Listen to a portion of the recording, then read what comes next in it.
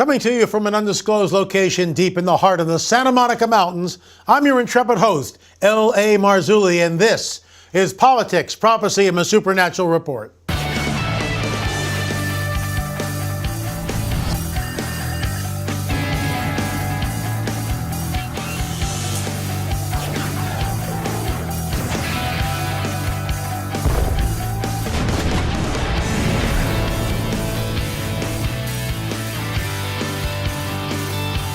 The topic here is the untimely death of Justice Scalia. And folks, I got to tell you, I'm not a happy camper here looking at all of this.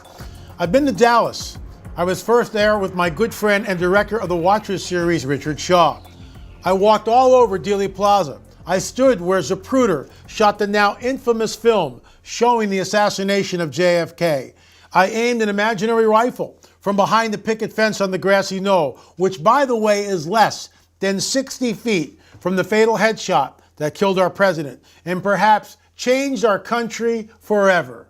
Eisenhower warned us about the military-industrial complex. With that in mind, we now know that Saddam Hussein did not have weapons of mass destruction. Yet Bush went into Iraq anyway. Saddam had poison gas, and we know he used it against the Kurds. But the evidence shows he did not have nukes. We invaded Iraq, in my opinion, because Saddam was trading oil for euros. Here's something to think about, folks. This is happening even last week. The Iranians are selling their oil on the market and trading euros for it. This is precisely what engaged our president and the powers that be behind our president into the invasion of Iraq, in my opinion. Remember, the BRICS nations, Brazil, Russia, India, China, South Africa, all have coalesced and are trying to move the global default currency, which of course is the U.S. petrodollar, from the U.S. petrodollar to the Chinese yuan. Meanwhile, and I'll get into this later on in the week, World War III may have already begun. The Turks are now flying sorties into Syria. Apparently, Saudi Arabia is on full alert. They're practicing military drills. World War III could be happening right now. What do we get over here? All the machinations of the political intrigue. But I want to get back to Justice Scalia because I'm not buying the story. Here's why. We've been 15 years in Afghanistan, and every year the opium harvest is over $1 trillion. Really? Who profits from this? I've heard that opium is now cheaper to buy than milk in Afghanistan. Then there's the events of 9/11. I used to believe the official version until I saw the free fall collapse of Building 7. What do you do with this information? You know, when you actually watch that building fall at basically free fall speed, and folks, you got to remember that over 1,700 architects and engineers have coalesced together. 9/11 truthers, they're called, because as engineers and architects, they know that buildings, modern day steel buildings, do not fall at free fall speed. Something is happening there, and the American people have a right to know. These are all troubling events, and many of us don't want to broach the subject. Frankly, I can't blame some folks who don't want to travel down the conspiracy rabbit hole. With that in mind, we now turn to the death of Justice Scalia. The official story is that he died of a heart attack in his sleep. Oh, wait, the official story has changed. He was found with a pillow over his head. That to me is a signal. I don't know why they would do that, but that's a signal. As of the latest on Monday morning, the family has refused a private autopsy. I am deeply troubled by this turn of events, and here's why. The Supreme Court rules by judicial fiat. They voted to make gay marriage legal, and now it's the law of the land. Essentially, it can't be overturned. Maybe the next president, if it is Trump, we'll see what happens with the gay marriage law. This is what Scalia had to say about that. When the 14th Amendment was ratified in 1868, every state limited marriage to one man and one woman, and no one doubted the constitutionality of doing so. Since there is no doubt whatever that the people never decided to prohibit the limitation of marriage to opposite-sex couples, the public debate over same-sex marriage must be allowed to continue.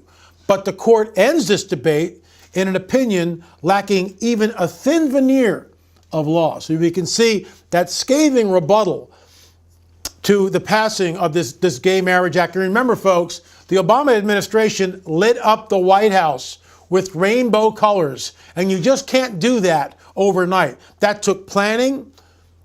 That means the whole thing was rigged. Look, Carly Fiorina last week came out after she dropped out of the race. What did she say? The whole process is rigged. Trump, at the last debate in South Carolina, what was he saying? He was looking at the audience. They're shills. They're placed in the audience to boo on cue. I mean, it's just a joke. The thing is rigged. They don't want Trump. And the reason why they don't want Trump, and look, he's bombastic, I get that. But what is he talking about? Are you realize he's the only candidate who addressed the 1,400 workers who lost their jobs as the factory moved down to Mexico?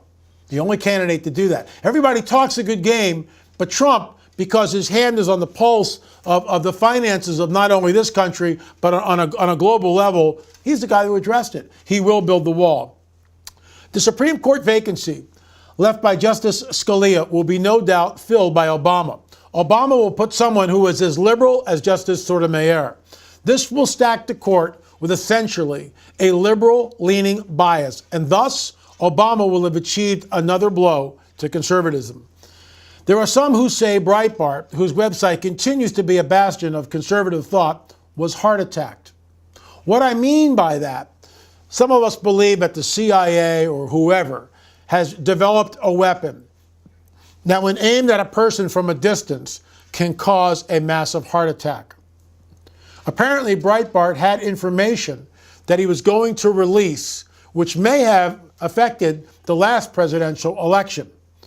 Then there was a so-called Clinton body count, where numerous people wind up dead by suicide. Here's some interesting reports of that. A man was a general suicided by 2 gunshots to the chest. A woman committed suicide by shooting herself in the back. That's how it's ruled. These people play hardball, and they play for keeps. Politicians are elected year after year with no end to their term limits. This creates a permanent political class. Politicians should be limited to 2 terms, period. This is one reason why the Washington establishment hates the Donald. He's an outsider, and if he gets to the White House, he's going to shake things up. Like the shooting murder in Oregon that eyewitnesses says was a deliberate assault. And folks, that's still undecided. Notice that it's way under the radar. No one's talking about it.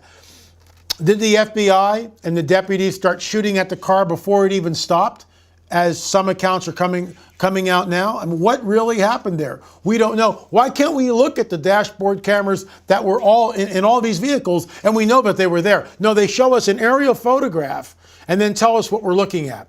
That's not fair. Most likely, we will never know the cause of Justice Scalia's death. His untimely death may be a tipping point in an already out-of-balance government. Folks, we'll be going to Israel May 7th to 17th. Apparently, I think we got about 15 signups right now. I realize that the winds of war are blowing, but the trip is still on. If you're at all interested, check it out. Thanks for watching Politics, Prophecy, and the Supernatural Report, folks. We'll be back later this week with yet another installment. And remember, I'll see you either on the air or in the air.